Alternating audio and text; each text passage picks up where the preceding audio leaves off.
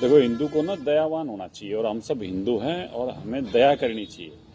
और पहले इस वीडियो को देखो, उसके बाद करते हैं बात। एक हमको सूचना हमसे जबरदस्ती बुलवाई जाए, हमारे मुंह से शोभा नहीं देगी, पर वो आवश्यकता है समिति की। बहुत लोग गद्दा कंबल लेकर घर जा रहे हैं, उनसे प्रार्थना है समिति का कि जमा करके जाएं, नहीं तो अगले वाले पड़ाव पर ठंड में मरना पड़ेगा। इसलिए जो घर लेके जा रहे हैं भैया, बड़ी मुश्किल से हमने 10,000 गद्दे मंगवाए थे, जैसे हमने खरीदे थे हम जाना। और जितना कर्जा हमारे ऊपर ही पदयात्रा में होगा वो हम जाना। वो तो बड़ी कृपा हो गए गौरी गोपाल आश्रम वाले महाराज जी की, उनने भंडारा को बोझ अपने ऊपर ले लो तो हमारा तलक से बोझ घट घट घट, नहीं तो हमें लगत तो कि यही पदयात्रा में हमारी किडनी लीवर बिक जाए। कितने? 25,000। हाँ क्षमा करो, 25,000 गद्दे। 25,000 गद्दे में बता रहे आज के फिर से खल्लास है। अब ये जो पदयात्रा थी ना, ये पदयात्रा थी हिंदू की एकता के लिए। अब हमें ये कुछ बातें समझनी होंगी कि हिंदू की एकता कैसे संभव है और उसको कौन कर सकता है। अब आप यहाँ देखें, पहले तो इनका सामर्थ्य देखें जिनको ये जिम्मेवारी दी गई है हिंदू एकता की।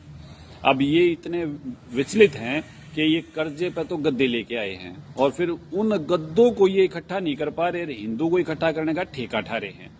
इनका गद्दे बस के नहीं है, इनका भोजन भंडारा बस का नहीं है, वो गोपाल आश्रम से उनका धन्यवाद कर रहे हैं। इनका सामर्थ्य देखो, और हमें कोई भी जिम्मेवारी सामर्थ्य के हिसाब से उसको देनी चाहिए। अब इनका सामर्थ्य तो है नहीं, अब सामर्थ्य नहीं है तो क्या होगा, इनके जो फॉलोअर्स हैं वो गालियां शुरू कर देंगे। अरे गालियां मत दो मेरे भाई, पहले विचार करो। पांडव और कौरव दोनों भाई थे, दोनों हिंदू थे।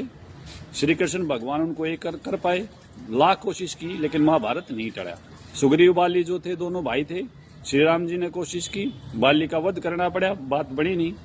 ये जो एक होना है ये पदयात्रा से नहीं, ये हमारे संस्कारों से होना है। और जब तक हमारे संस्कार नहीं कटेंगे तब तक हम एक नहीं हो सकते। और संस्कार काटने के लिए सामर्थ्यवान का होना जरूरी है। कबीर भगवान सामर्थ्यवान है, उससे हमारे पाप कटेंगे और वो हमें एक करेंगे। अब वो जो चीज है यहाँ दोबारा से आप फिर देख लो, संत रामपाल जी महाराज जी की मैं तुलना नहीं करना चाहता, वो अतुलनीय है, लेकिन देखो क्रोथा आश्रम 2006 में भरा आश्रम छोड़ दिया, एक चद्दर उठा के जेल के लिए निकल गए। 2014 में भरा आश्रम बरवाड़ा का छोड़ दिया, एक चद्दर उठाई और चले गए। और यहाँ ये बेचारा विचलित है कि भंडारा कहाँ से आएगा। संत रामपाल जी विश्व को भंडारे के लिए आमंत्रित करते हैं, विश्व को। अब पाइपों की और बाढ़ की अन्नपूर्णा की मुहिम देख लो आप, बिल्कुल यूं छुट्टी कर रखी है भाई, जिसको जो चाहिए वो लेकर चले जाओ। ये गद्दा पर परेशान है और उन्होंने हजारों किलोमीटर की पाइपलाइन सेवा में दे दी जनता के लिए। तो आप मैं फिर ये कह रहा हूँ, सामर्थ्य के हिसाब से सेवा देनी चाहिए।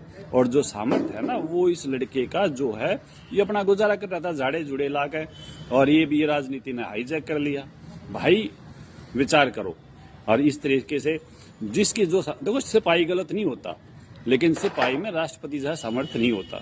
सिपाही का सामर्थ्य अपनी जगह आदरणीय है, वो भी हमारे लिए जरूरी है, लेकिन वो राष्ट्रपति नहीं है। तो सिपाही को राष्ट्रपति मत समझो। और जहां तक बात है एकता की, तो एकता वो करेंगे जिसमें एकता का सामर्थ्य है, और वो संत रामपाल जी महाराज जी विराजमान है, उनसे एकता होगी। तब तक धैर्य रखो, इंतजार करो।